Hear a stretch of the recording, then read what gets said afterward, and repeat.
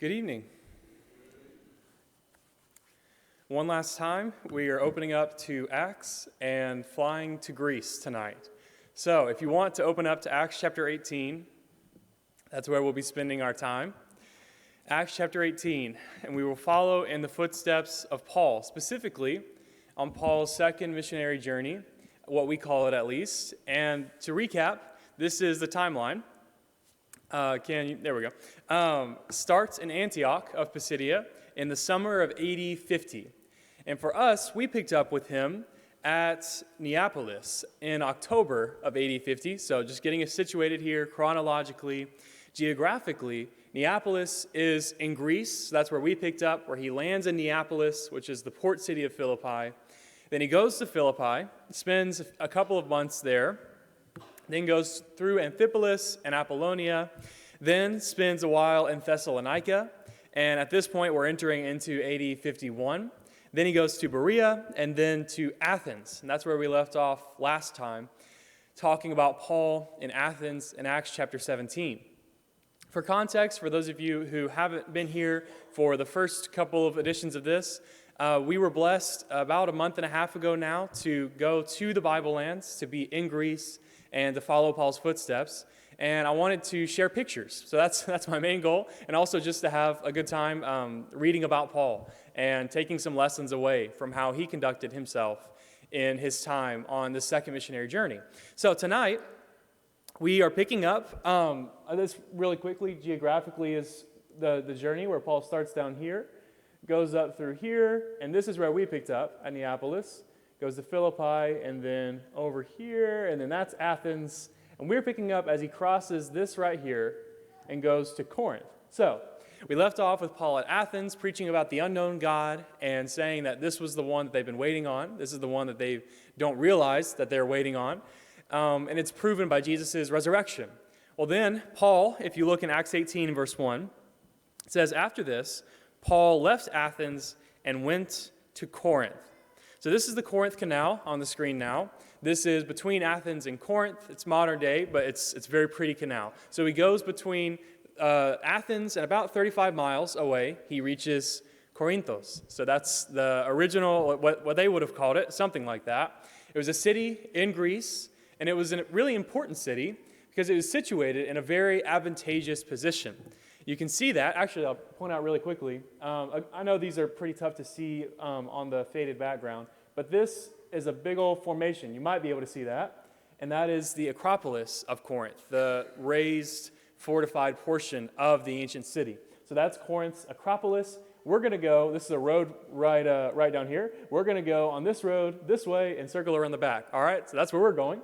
But just to give you an example or a layout of what we're talking about geographically. This right here is Corinth with the red dot right there. And you can see that this isthmus, called the Isthmus of Corinth, connects the southern Peloponnesus to northern Greece. So Corinth is situated right at the entrance of the isthmus. And you can see here to the north, there's Lycaon, which was one of the ports of Corinth. It served to connect Corinth with Asia for trade purposes. And then right here to the southeast is a location that we will talk about a little bit later on to finish off our following Paul, because Paul also visited this port and exited from Greece, and it's the port of Cenchreae. So that's to the southeast of Corinth. Now that served trade with Italy. So just big picture, one of the reasons why Corinth became such an important city was because of its location. It's connecting northern Greece with Athens to the southern Peloponnesus with Sparta, among other places. So it's connecting these two. Then also its ports are connecting Greece with Asia and Italy. So very advantageously positioned city was Corinth. And that is why it became important. That is also why it was destroyed. In 146 BC, the Romans are conquering Greece, and for you history buffs, you might correct me on this, but I believe the Battle of Corinth, which is pictured here, famous battle, I believe it stood for like kind of the final major Greek stronghold that fell when Rome was conquering Greece. Either way, very important battle. The Romans conquer Corinth, conquer Greece, they destroy Corinth, 146 BC. About 100 years later, Corinth was refounded as a Roman colony. This is 44 BC. So 146 BC destroyed, 44 BC refounded as a Roman colony. And I bring this up partially just to give us a little bit of a background on the history of Corinth, but also for those of you who are like me and you find some kind of sick joy in just going really, really deep in this stuff and enjoying discovering about the Bible, lands and backgrounds and that kind of thing. One place where I think, often get tripped up is when we read about Corinth from an ancient source. Sometimes it's referring to Greek Corinth, and we might not even realize it. So this is just kind of something to have in the back of your mind to compare. When you're reading maybe an ancient source, maybe a commentator who's referencing an ancient source, remember that Corinth, after it's refounded by the Romans, is a pretty different place. Refounded in the same area, but culturally, it's a very different place from Greek Corinth. So if that's not of interest to you, throw it away. But if you are one who likes to dig deep, you might want to have that in the back of your mind, that 146 BC marks a real turning point in the history of Corinth. Now for us, we're going to pick up in Acts chapter 18 in Roman Corinth with Paul. Because, again, this is, I believe, AD 51 is where we're picking up with Paul here in Corinth. So this is 100 years or so after it's been refounded as a Roman colony. And it says, Acts 18, verse 8, Crispus, the ruler of the synagogue, so this was a pretty important guy, the ruler of the synagogue, believed in the Lord, together with his entire household. And many of the Corinthians, hearing Paul, believed and were baptized. So, Crispus, ruler of the synagogue, baptized. This is one thing, if you want to put a note in your Bible or just a mental note, this guy is most likely mentioned in 1 Corinthians chapter 1 when Paul is writing back to the Corinthian church from, I believe, Rome, if I remember correctly. It says, I thank God that I baptized none of you except Crispus and Gaius. So, Crispus brought up by Paul. Now, before we keep on reading, I wanted to show you this picture. This is a cistern from ancient Rome. So, in here, there would have been water and surrounding it, different shops and that kind of thing. So this was a gathering place in Rome. Or in Corinth, sorry. This was one of the places in the city where people would gather to talk.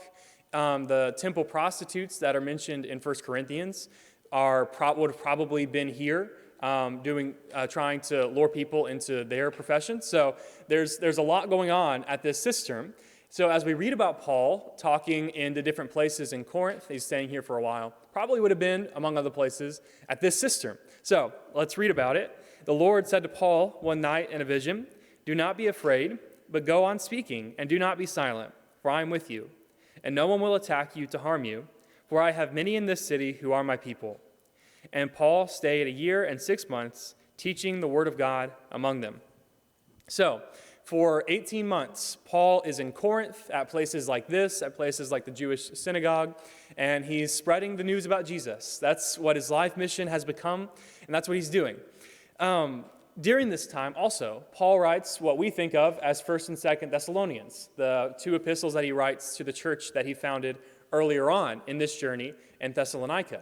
So just to I know there's a lot of chronology and history happening, so if you're like me, you love this, and if not, then hang on, and we'll get to maybe some less chronological stuff in a moment.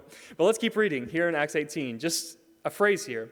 But when Gallio was proconsul of Achaia, that little detail, that little phrase, doesn't seem very important to us, but this actually has become the most important detail in the chronology of Paul, in understanding how and when exactly Paul was in these different places. So that timeline that we looked at, this is the most important detail that all of those dates hang from. The fact that while Paul was in Corinth, Gallio was proconsul of Achaia, which was the region in Greece where Corinth was situated.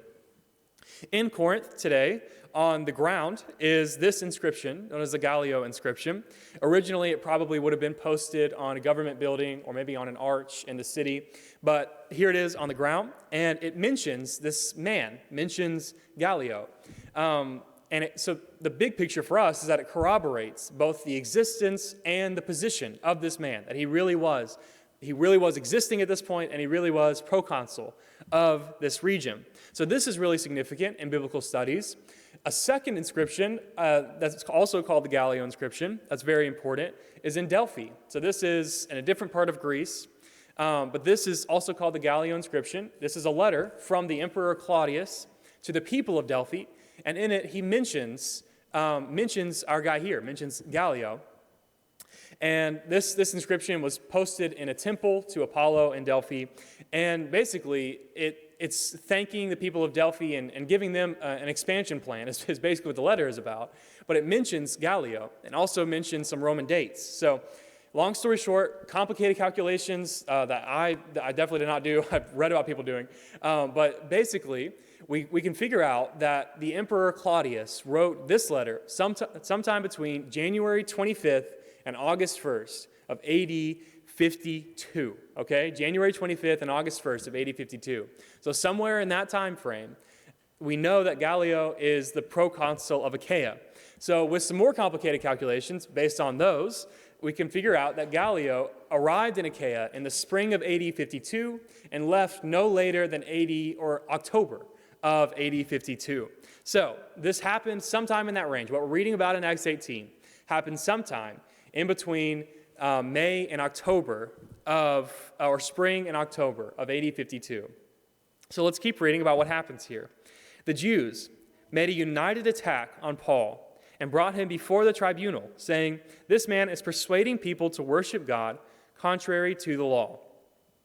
Now, if you're like me, when you first read that, it's kind of confusing when you think about the context of what's going on here. Because why are these Jewish people bringing Paul to a Roman official and complaining that Paul is convincing people to worship God contrary to their law? Because when I think of the law in the Jewish people, I think of what we think of as the Pentateuch, the Torah, the first 5 books of the Old Testament.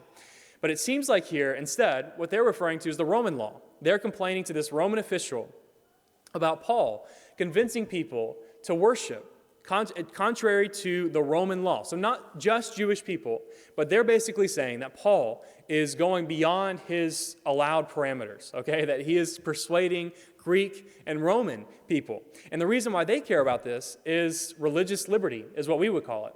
Because the Jewish people, right, had been conquered by the Romans, but the Romans had been relatively lenient, relatively tolerant toward the Jewish people. They were allowed to continue doing many things that other people groups were not allowed to continue doing. And they liked that, of course. It was their religious freedom, so they valued that. And what they seem to be accusing Paul of here is conduct that is jeopardizing their religious freedom. They want Gallio to acknowledge that this guy Paul and the Jesus that he is preaching is separate from Judaism. They don't want him to be protected by the same legal rights that the Jewish people are given by the Roman authorities. So they want official governmental distance between themselves and Paul. So that's what they're going for here. But when Paul, it says, was about to open his mouth, Gallio said to the Jews, "If it were a matter of wrongdoing or vicious crime, O Jews, I would have reason to accept your complaint.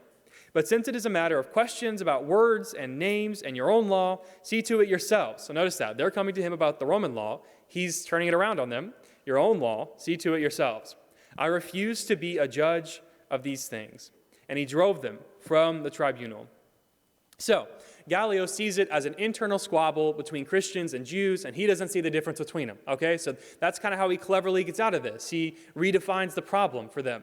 Now, for the early Christians, this is an important ruling because it's the first, at least the first in Acts, first recognition by a Roman government official that they are being afforded some tolerance, some lenience in accordance with the Jewish people. So that's a big deal, and obviously it's going to be revoked in the future as Christianity is growing and Christians will be persecuted eventually, kind of empire-wide. But for now, it's allowing the spread of the gospel. It's allowing Paul to continue doing what he's been doing. So they gain tolerance from Rome. Now, here in Acts 18, I'm reading from the English Standard Version, and it translates this word as tribunal, the last word I read. This is the same word that we've mentioned before in talking about these the Bible lands. It's the word bema, the bema. So this is the bema in Corinth. Archaeologically, it's really significant because it's preserved really well. You can tell that it's pretty much what it would have looked like back in the day, at least structurally, because it's a raised platform from which government officials, would address the people. So this was where Paul was taken. this picture is from Paul's perspective, most likely, the best we can tell, from Paul's perspective, looking up at Gallio. Okay, so when Paul is taken to the tribunal, he's taken to the bema. He's looking up at Gallio, who would be looking down from here. So it feels much better to be looking down than looking up. But from this perspective, we're looking down at Paul, and he would most likely have been on top of mosaics, which would have been on that gravel that you see there. So they would have been mosaics. On top of the bema, it would have been marble. So Gallio is sitting or standing on his fancy marble, looking down at Paul and giving his verdict about Paul. Now, in a twist of fate, ironic twist of fate, in the 9th century, there was a church that was built on top of this bema. So several centuries later, the tables turned, I guess, in a sense, where this bema was transformed. So a church is built there. But in Roman times, we should say also, the bema was used as basically a court to try political crimes. So this is how Gallio gets out of this. He basically says this is not a political crime, this is a religious crime, and it's only a crime in your own law. So he twists that to say this is not a matter for the bema. Okay, so the bema, Paul appears before the bema. Now, Paul is going to write about the bema later on in 2 Corinthians, which was written to the Corinthian church and to other surrounding churches in the region. And he says that we must all appear before the judgment seat. Now, that's the same word translated tribunal in Acts. We must all appear before the bema of Christ, so that each one may receive what is due for what he has done in the body, whether good or evil. So, whenever you read this verse in the future, maybe have that in mind. Maybe have in mind not the perspective of Gallio, but the one from down here, right? That we are all going to appear before the bema of Christ. Now, of course, this is a theme in the Bible, in the Old Testament and New Testament, the coming judgment at the end of time. It's also a theme that is present, of course, in our lives because of the Bible, and it's also played a role in a letter that I read this week from Frederick Douglass. Now, Frederick Douglass, you most likely have heard of, and in this letter, he's a former slave. He's writing back to his enslaver. So it's a letter where Frederick Douglass, who is now free, writing back to his former enslaver. And he says this. Now remember, we're talking about the judgment seat of Christ, the bema. He says, "Your wickedness and cruelty committed in this respect on your fellow creatures are greater than all the stripes you have laid upon my back or theirs. It is an outrage upon the soul, a war upon the immortal spirit, and one for which you must give account at the bar of our common Father and Creator." So that idea that you will give an account at the bar, at the bema, we might say, of our common Father and Creator is something that I think humbles all of us, right? That one day we will appear together with Frederick Douglass and the man to whom he was writing and everyone else who's ever existed, that we will appear before the bema of Christ. I think for me, that changes a lot about how I live my life. Now, I wanted to bring up a few other things from Corinth, just notes that I hope will shed some light on some passages from 1 Corinthians. So, the first one is this right here. The stars of this show are Caroline and Jonas. So, just so you know their names, Caroline and Jonas are lined up. And the reason why Caroline is in such an athletic position is because it might not look like much on the screen, but those are the ancient starting blocks for the Isthmian Games. So remember that Corinth is located on an isthmus, and the Isthmian Games were one of the major games, one of the 3 or 4 major games of ancient Greece, including, relevant to right now, the Olympic Games, right? So the Olympic Games were one of those games. The Isthmian Games were also a huge deal in this time. They were hosted, sometimes depending on they went on for a long time. So depending on the era, sometimes in Corinth, sometimes right outside of Corinth, but they were always hosted in this region. So they're lined up at the starting blocks of the Isthmian Games, which are right in the middle of some of the ruins from ancient Corinth. Now, keep that picture in mind, and let's read together 1 Corinthians 9, verses 24 through 27. "Do you not know that in a race all the runners run, but only one receives the prize? So run that you may obtain it. Every athlete exercises self-control in all things. They do it to receive a perishable wreath, but we an imperishable. So I do not run aimlessly. I do not box as one beating the air, but I discipline my body and keep it under control, lest after preaching to others, I myself should be disqualified. So Paul contrasts the amazing feats of the athletes of his day and the amazing feats of the athletes of our day. I don't know if you've watched any of the Olympics to this point, but they really are amazing athletes, right? Just today, I turned on for like 2 minutes the equestrian event in the Olympics, which is very entertaining. I had no idea what it was. It's just guys riding a horse around in a field. It's fantastic. It was great. So I don't know how much athleticism is actually involved in that one, but some of the events take a ton of athleticism.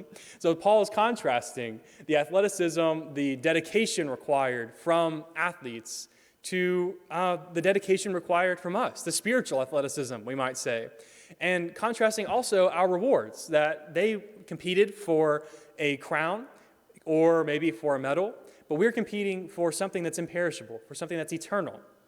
So we are pushing for that. One more picture that's relevant here. This is from Delphi. This was a charioteer in Delphi. He's depicting a competitor in one of the games, and you can see, at least a little bit, you can see right here on his head a little crown. This is a diadem, so not necessarily a wreath, a little bit different, but the same concept, that it's this perishable reward that the athletes are competing for.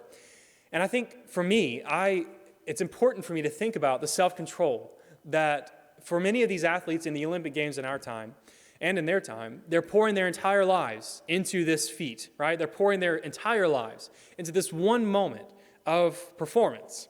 And for us, it's different because we are in this for the long haul, right? We're in this for a marathon of a lifetime. But it also requires the self-control. It requires the dedication, the pouring out of everything that we have in this race of starting at the Isthmian blocks and running from there. All right, one more picture, or a couple more pictures, but this is one of them. This was a shop originally in ancient Corinth, and it actually, one of the reasons I'm using it instead of other shops is because it also was turned into a church in the 3rd century. So this is kind of an interesting contrast where just centuries later, Paul, who is very much at the bottom of the social rung in ancient Corinth, and the Christian message has taken root there centuries later and transformed parts of the city. Also, remember that market, and think about Paul writing in 1 Corinthians 10, 1 Corinthians 8, among other places, eat whatever is sold in the meat market without raising any question on the ground of conscience. So, writing about something like this place, something like a marketplace with stores like this one. One more picture from ancient Corinth. It's maybe a weird one, but I promise this is the best out of the display that you would have wanted to see, because there were some gruesome things. But they're these body parts on the screen, not actual body parts. They're molded and offered up to their gods. So in the sanctuary of Asclepius, which is the Greek god of healing, they would build these models of, for instance, an arm and offer it up as a sacrifice to their god. And they would do it asking for either healing for that piece of their body or for gratitude because it had been healed. So this was a common practice. I wanted to give this picture to you and then read together 1 Corinthians 12, verses 21 through 26. That the eye cannot say to the hand, I have no need of you, nor again the head to the feet, I have no need of you. On the contrary, the parts of the body that seem to be weaker are indispensable. And on those parts of the body that we think less honorable, we bestow the greater honor. And our unpresentable parts are treated with greater modesty, which our more presentable parts do not require. But God has so composed the body, giving greater honor to the part that lacked it, that there may be no division in the body, but that the members may have the same care for one another. If one member suffers, all suffer together. If one member is honored, all rejoice together. So I think it's a striking picture of the whole body, let's say, of Robert offering up this sacrifice on behalf of his hand, right? I think that's a striking picture for us to hold on to say that every single part of our local church body is worthwhile. Every single one of us plays a role in what God is doing here in our community, in our city, and in our church. That every single one of us is important, and in whatever ways we can give more of ourselves to the Lord, there's space for that, that God will make use of that in our lives, in our church, in our community. that every single part of our body matters. So that's 1 Corinthians and the ancient city of Corinth. Now, our very last place, and we will just spend a moment here, we will go just a few miles away to the beautiful port of Cenchreae. Cenchreae, Acts 18, verse 18, after this, Paul stayed many days longer and then took leave of the brothers and set sail for Syria, and with him Priscilla and Aquila. At Cenchreae, he had cut his hair, for he was under a vow. So that is the most important thing noted in the Bible, except for one other thing that we'll read in just a second about Cenchreae, and that is that Paul got a haircut there. So I like that. I probably need one this week, so next time you see me, I might have shorter hair. But Paul got a haircut here at Cenchreae. By the way, this is usually understood to be the Nazirite vow that's mentioned here in verse 18, which was made famous by Samson in the Old Testament. So Paul gets a haircut. The other place that this port, this little city, is mentioned is in Romans 16 and verse 1. I commend to you our sister Phoebe, a servant of the church at Cenchreae. So, just for your mental notes, Cenchreae, absolutely the place that you want to live. If you can choose between other places, it is beautiful. Most of the ruins today are underwater. As you can see there, that even the ones that we can see are partially submerged. It's a beautiful place. So if you were Phoebe, you were living your best life in Cenchreae. By the way, a little note on Romans 16 and verse 1. That probably means that Phoebe was the one who took the letter from Paul, who wrote it in Corinth. So Paul writes the letter to the Romans in ancient Corinth, and Phoebe most likely delivers the letter, as she lives nearby in Cenchreae, delivers the letter to the Christians in Rome. So, if history is not your thing, then I hope you still could get some things out of tonight. And that'll be it for Greece. I might do one about Rome, because we also went to Rome, and there were a lot of significant places there. A lot of you have mentioned to me that you've enjoyed this, so if it's something that you would like to see in Rome, then let me know, and I'll do it. And if not, then you won't ever hear from me again, okay? So just let me know your preference on that. But tonight, I want to finish off just with one thought. I want to finish off by talking about an invitation to Christian mission in our lives. That when we hear the word mission, I think most of the time we think of a missionary, right? We think of someone who goes on a mission trip somewhere, whether it's usually we think of overseas or maybe in a different part of the country, as we have a group in Montana right now on a mission trip. And obviously all of those qualify as mission, but I also think that the New Testament points us to a reality where we are all on mission every single day of our lives. That all of us in our daily lives, whether it's at work, at school, in the home, whatever it is, that we are on a mission for God, that we are part of what God is doing in the world. That even if we're never like Paul, even if we don't have these harrowing adventures and we're appearing before courts, it seems like left and right, we're going to jail, we're getting beat up, but we're doing all these crazy, amazing, extravagant things. Even if we never do that, even if we never leave the city of Mableville in our lives, right? Even if we're here, even if we don't do any of those extravagant things, that God is calling us to be faithful to what He has given us here in our place, in our time, in history. That we, just like Paul, have a part to play in this body, that we have a part to play in God's mission here on earth. So, I give you that call, I give myself that call, and I also invite you, along with God and Jesus and Paul himself, to follow this man, Jesus, who we're all following in this room, at least the vast majority of us, to invite you to follow him, to take the first step, if you haven't, and be baptized into him, and start a life of following after this amazing, amazing person who has revolutionized the history of the world. If that's something that you are interested in and need to do tonight, won't you do it as we stand and sing together?